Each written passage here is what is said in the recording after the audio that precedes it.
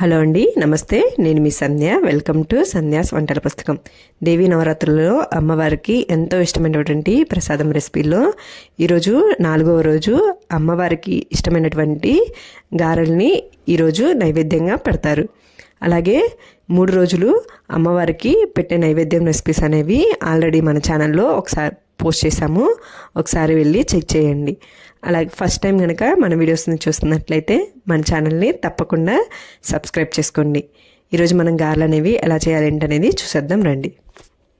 ముందుగా ఒక గిన్నె తీసుకొని అందులోకి ఇక్కడ చూపిస్తున్న కప్పుతోటి 1.5 కప్పుల వరకు మినపగుండ్లు అనేవి తీసుకోవాలి. ఇలా మినపగుండ్లు అనేవి తీసుకున్న తర్వాత ఇందులోకి వాటర్ అనేవి పోసుకొని ఒక 2 సార్లు బాగా శుభ్రంగా కడుక్కోవాలి. ఇలా ఇక్కడ చూపిస్తున్న విధంగా మినపగుండ్లన్నిటినీ బాగా శుభ్రంగా కడుక్కోవాలి. ఇలా కడుక్కున్న తర్వాత వాటర్ అనేవి పక్కన వంపేసుకోవాలి. ఇలా వంపేసుకున్న తర్వాత ఇందులోకి సరిపడా వాటర్ అనేవి పోసుకొని మినపగుండ్లని 6 నుంచి 7 గంటల వరకు మూత పెట్టేసుకొని పక్కన పెట్టుకొని నాననివ్వండి. ఇలా మనకి మినపగుండ్లు అనేవి చక్కగా నానిపోతాయి.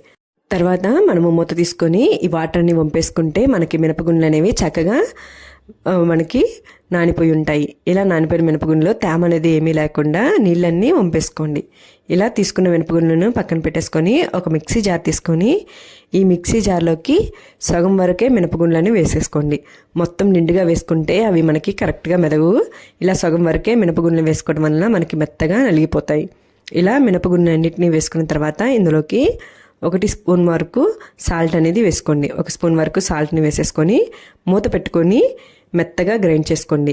వీలైనంత వరకు చాలా తక్కువ వాటర్ని పోసుకుంటూ ఇలా మెత్తగా గ్రైండ్ చేసుకోండి. ఇలా వాటర్ అనేది తక్కువ వేసుకోవడం వల్ల కూడా మనకి గారెలు అనేవి చాలా బాగా వస్తాయి.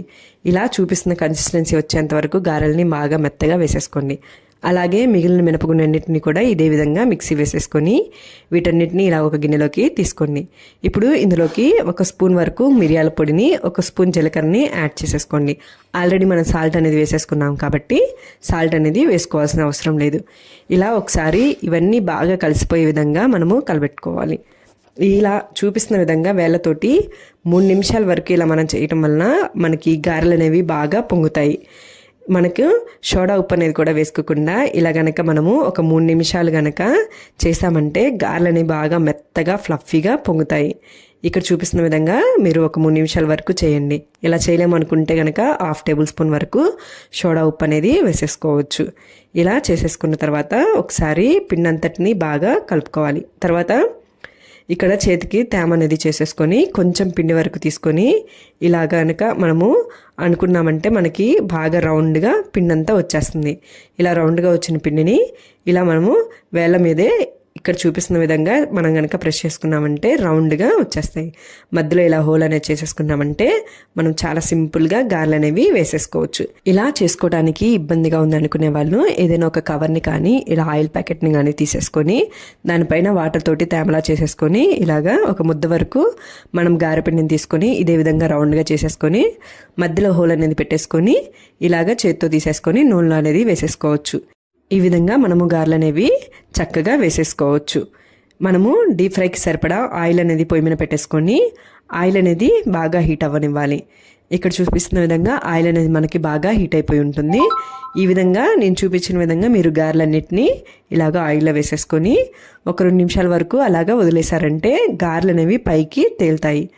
అలాగా పైకి తేలిన తర్వాత ఫ్లేమ్ అనేది మీడియంలోనే పెట్టుకొని మనము గారెలు అనేవి వేసేసుకోవాలి. ఇలా రెండో వైపుకి తిప్పుకుంటూ గారెలన్నిటినీ మనము బాగా ఫ్రై చేసుకోవాలి.